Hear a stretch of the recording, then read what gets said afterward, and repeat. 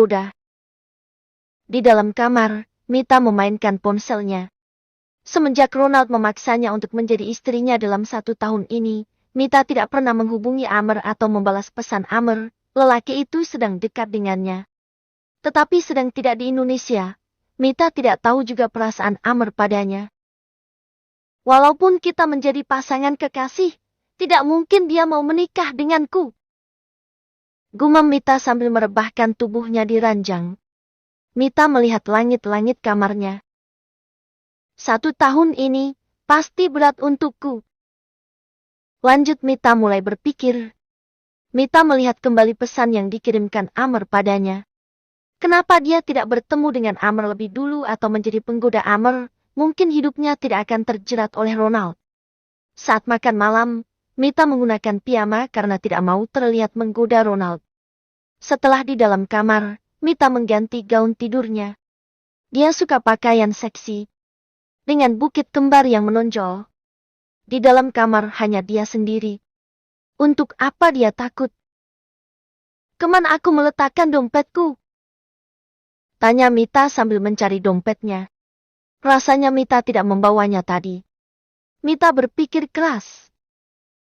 Oh ya, aku membawanya saat makan malam, Ronald memintanya tadi. Mungkin ada di bawah. Ucap Mita. Karena malam sudah semakin larut, Mita pun keluar dengan pakaian seksnya. Semua orang sudah tidur. Ucap Mita sambil melihat kiri dan kanan. Rumah ini begitu mewah. Mita turun ke ruang makan, dia mulai mencari dompetnya. Aku lupa meletakkannya. Ucap Mita mulai gelisah mencari ke sana dan kemari tetapi tetap tidak ketemu.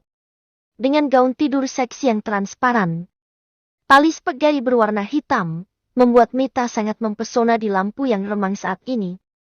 Mita tidak sadar kalau Ronald sedari tadi duduk memperhatikannya di ruang lain. Dia melihat Mita yang seksi malam ini. Sungguh menguji imannya sekali. Ronald yang menggunakan baju kaos dengan celana panjang mulai mendekat tanpa menimbulkan suara. Apa yang kamu cari?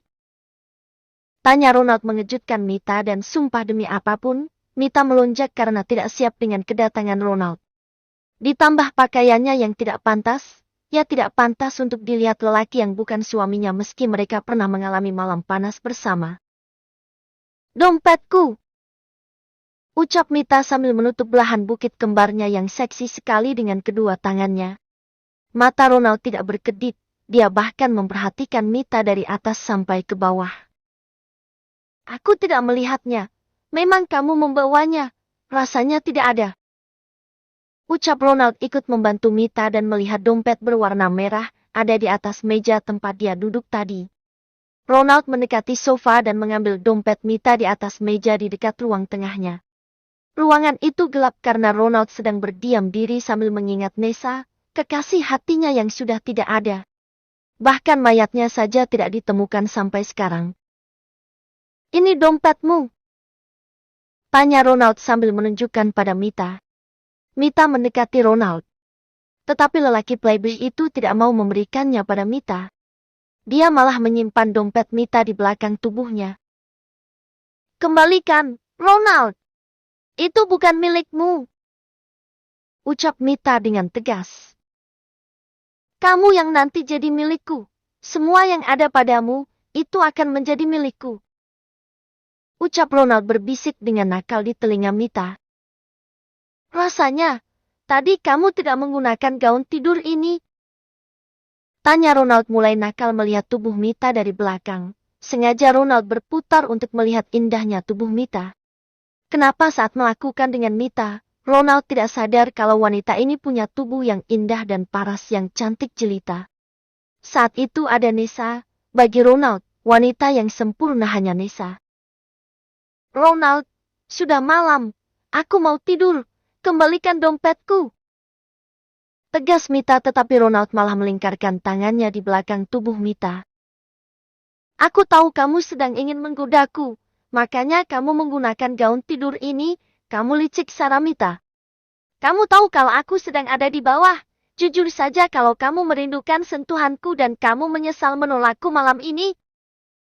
Ucap Ronald dengan tingkat kepercayaan dirinya yang tinggi sekali. Aku tidak tahu apa yang kamu pikirkan, itu terserah padamu. Bisa berikan dompetku, aku membutuhkannya. Ucap Mita melepaskan pelukan Ronald dan menjauh. Dia menadahkan tangannya berharap Ronald memberikan apa yang dia inginkan. Ronald mengambil dompet Mita dari belakang tubuhnya dan melihat isi di dalam dompet.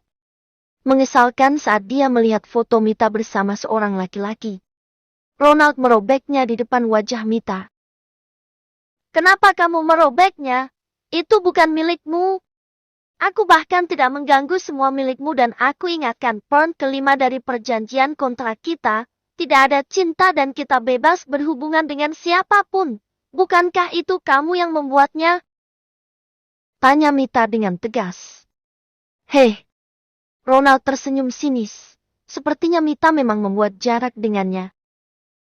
Ini rumahku. Terserah apa yang aku lakukan.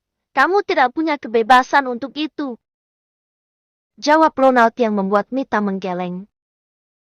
Baiklah, itu terserah padamu. Foto itu tidak penting. Dompetku. Mita kembali meminta dengan baik-baik. Kali ini Ronald malah membawa dompet Mita ke dalam kamarnya. Dia naik tanpa peduli Mita memanggilnya. Ronald, kembalikan dompetku. Itu bukan milikmu.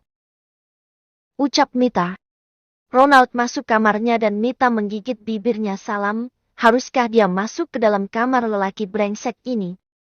Mita pun masuk sebelum pintu kamar ini tertutup dan Ronald membuka lemarinya. Dia mengambil uang ratusan ribu untuk diisi di dompet Mita yang kosong. Untuk apa kamu mengisinya? Tanya Mita berdiri dengan gelisah sambil memainkan jemarinya. Dia melihat kamar Ronald yang penuh dengan foto Nessa. Aku malu melihat dompetmu, kamu akan menjadi istriku. Aku tidak suka wanitaku terlihat miskin sekali meski aku tahu kamu memang berasal dari keluarga miskin. Ucap Ronald. Mita melengos dan menyimpulkan anak rambut ke telinganya. Dia malas mendengarkan umpatan Ronald untuknya. Duduklah. Ronald meminta Mita untuk duduk di bibir ranjang tetapi Mita menggeleng, dia menolak dekat dengan Ronald. Apa yang kamu takutkan, Saramita? Kita sudah pernah melakukannya. Aku bahkan tahu kamu punya tanda lahir yang seksi di perutmu. Duduklah. Mita mendekati Ronald dan duduk dengan ragu di sampingnya. Besok ada acara keluarga. Aku akan memperkenalkanmu pada keluargaku yang ada di Jakarta. Besok belilah pakaian yang pantas dan perhiasan. Jangan membuatku malu. Ucap Ronald sambil melirik tubuh Mita yang sedari tadi menggoda imannya. Jujur, Ronald tidak bisa menolak pesona Mita. Bahkan saat Mita menggodanya, Ronald tidak mampu menolak. Wanita ini punya daya tarik yang berbeda dengan wanita lainnya. Kenapa memang dengan pakaianku? Tanya Mita menutup belahan dadanya dengan rambutnya yang panjang karena mata Ronald terus memandanginya. Murahan, aku tidak suka. Keluargaku pasti akan meremehkanmu. Mereka tahu kekasihku yang dulu seperti apa. Modis, cantik dan seksi. Dia seorang model dan sekarang aku mendapatkan wanita sepertimu. Aku hanya akan mendapatkan cacian. Ucap Ronald yang selalu membuat Mita kesal mendengarnya. Meski Ronald tidak punya orang tua lagi, tetapi dia masih ada saudara dari kakeknya. Kakek Ronald hanya punya satu anak dan mereka meninggal saat kecelakaan tol di Bandung. Meninggalkan Ronald dan adiknya. Ronald kira warisan akan jatuh ke tangannya tanpa membuatnya susah. Ternyata kakeknya memikirkan tentang masa depan Ronald. Sial. Hanya itu saja. Besok aku tidak akan membuatmu malu. Ucap Mita beranjak tetapi Ronald malah menarik tangan Mita dan mencium bibirnya dengan cepat. Ronald, meski kita punya perjanjian pernikahan, bukan berarti kamu bisa sembarangan. Ucap Mita mengusap bibirnya dengan tangan. Saramita, kamu membuat aku tidak sabar untuk menikah denganmu. Aku ingin lihat seberapa pintarnya kamu menjadi seorang istri. Ucap Ronald mengusap bibirnya dengan jempol. Jangan pernah jatuh cinta, aku akan ingatkan kamu dari awal. Jawab Mita yang sangat yakin kalau Ronald akan mencintainya kalau mereka sudah dekat. Mita mengambil dompetnya lalu keluar dengan cepat dari kamar Ronald. Dia penggoda. Gumam Ronald melihat Mita keluar dari pintu kamarnya.